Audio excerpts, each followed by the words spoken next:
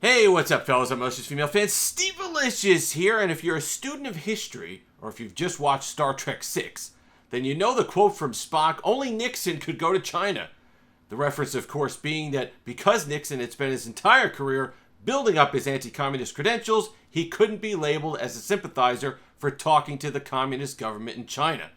Well, hopefully, the same applies to me with the Google Pixel 6. Because I've been so heavy-handed with Pixel devices in the past with my criticism, hopefully you will take my advice that this is a good phone seriously, but not without its negatives. And we're going to talk about that as well today on this edition of Steve Alicious Tech.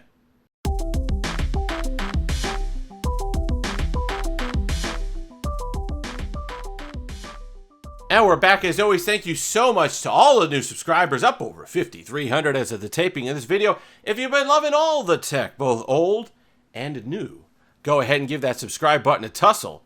It certainly means a lot to me. So, the Google Pixel 6. Wow. Okay, here it is.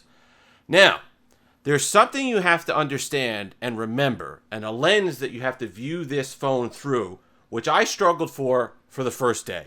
When you're talking about everything on the Google Pixel 6, just keep in mind $599. And at first, I struggled with that.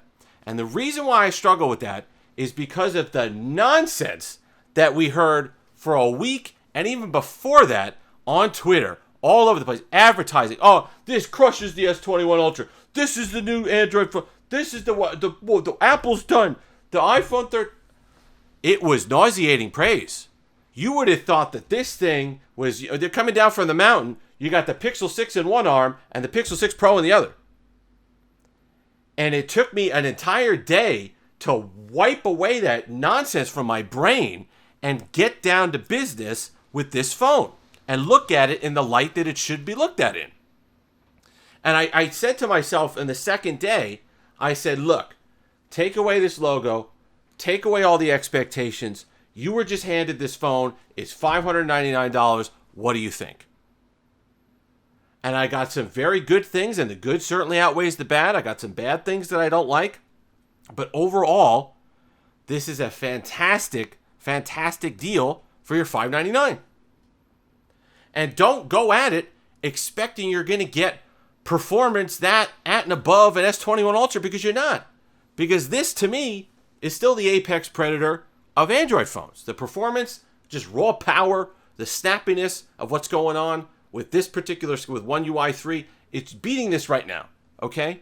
But then I sit in my brain and say, well, okay, it's $400 more. Don't think of it that way. Stop comparing it to all these phones. $599, this is great. And let's start with why.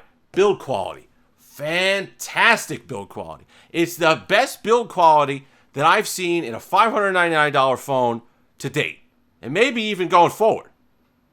You've got the premium feel. It's got a great weight. You got Gorilla Glass Victus on the front, which Victus has held up on the devices have had it on phenomenally. No micro scratching, no screen protectors, no cracks, no problem. So to have it on a device in this price range is great. Gorilla Glass 6 on the back, also good. I love the design. It's either one of those ones you're going to love or you hate. I love it. I love the quirkiness of it. It's fantastic. Love that color, kind of coral.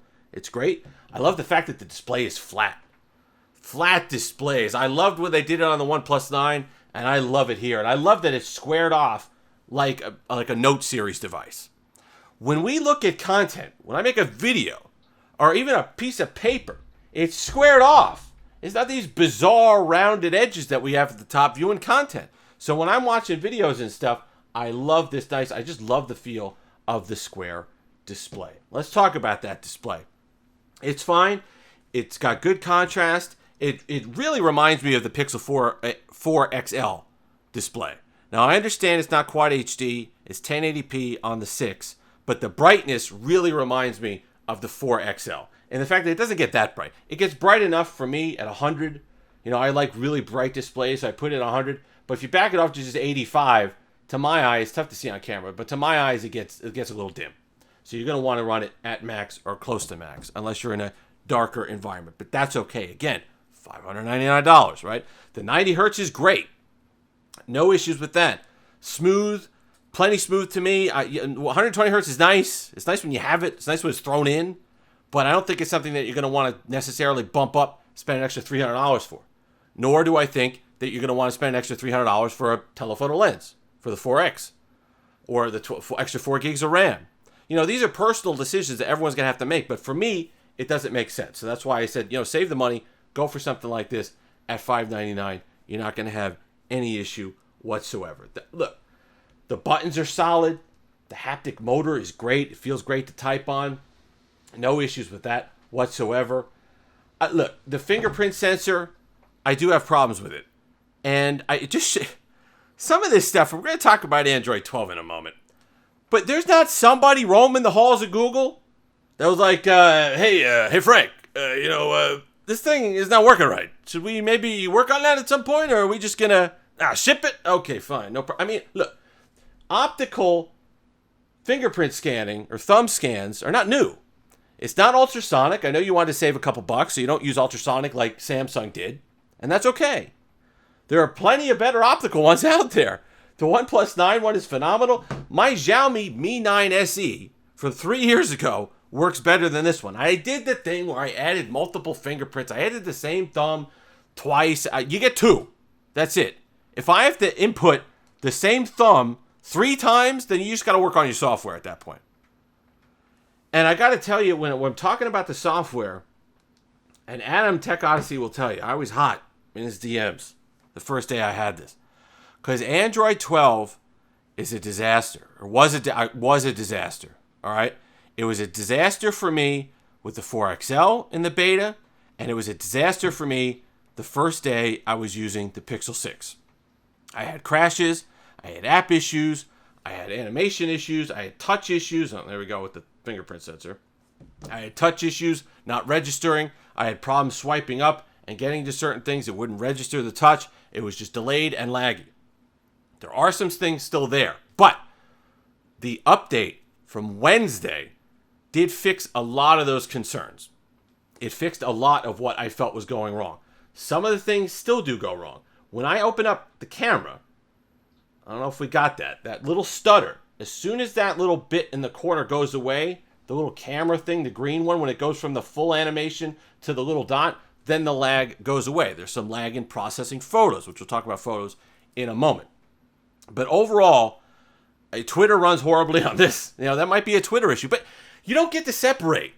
A lot of people are saying, well, it's not a Pixel 6 problem, it's a Android 12 problem. Well, who makes both of those?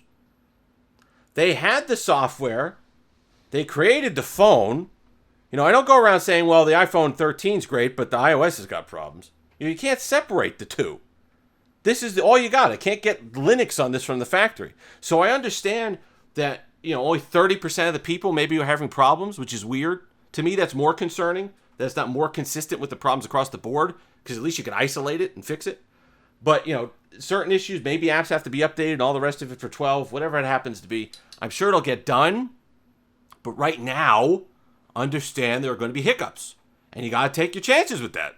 There's no guarantee that this stuff gets fixed. Google's a big company. There would be riots in the streets if they didn't fix it. But there's still the opportunity that it doesn't get fixed.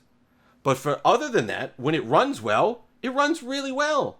And like I said, it's not the performance of the S21 Ultra. It's not that snappiness. It's not that performance. It's not what you'd expect. But you get all those pixel additives. You get the now playing, which is super cool. You get the live translate. You get all the call functionality. You get the camera, which let's talk about. It's great. Okay? I don't think it's 2XL kind of eureka moment where you're objectively you're looking at it and say, well, this is better than anything else by far. I don't think it's that anymore, but it's still really good. And when you put it up against the iPhone 13 Pro and you put it up against the S21 Ultra, it's more of a preference thing. Which one are you picking? But the fact that this is still $599 and we're at a pick'em on preference and not just looking at it and saying, well, that's pretty bad. That's an achievement to bring this level of build quality and software functionality and the camera to this price point in this quality of a package. It's good. It's good. There are problems. I'm annoyed about them. They shouldn't be there. They really shouldn't be there when you control the process end to end. Okay? You build the phone, you build the software. It should work on your hardware first, right? When One UI 4 comes out later this week, if Samsung doesn't have those problems, I'm going to be pretty annoyed. Because why couldn't you figure it out, but you handed the distribution over and they skinned it and they were better? That shouldn't make any sense. Battery life, I'm getting the 5.5, 6 hours, but that's going to be for the full review because it's really still learning. And unlike other devices where when it's learning your habits, you don't get that much of a bump, this one I get a significant bump. Pixel devices, I will be fair there, I get a significant bump on Pixel devices, so that's good. Other than that, speakers are excellent. Call quality is good. Had no problems with connecting it to 5G or Wi-Fi. No issues there. It's an overall phenomenal package for the money, and that's what you have to remember. $599. Now, my full review, the week, all the rest of it, I'm gonna keep their feet to the fire. Better fix some of these things. But if they get fixed, you are talking at the ultimate winner for $599. If you've made it this far, like, comment, subscribe, all that fun stuff. Until next time, have that Steve-alicious day.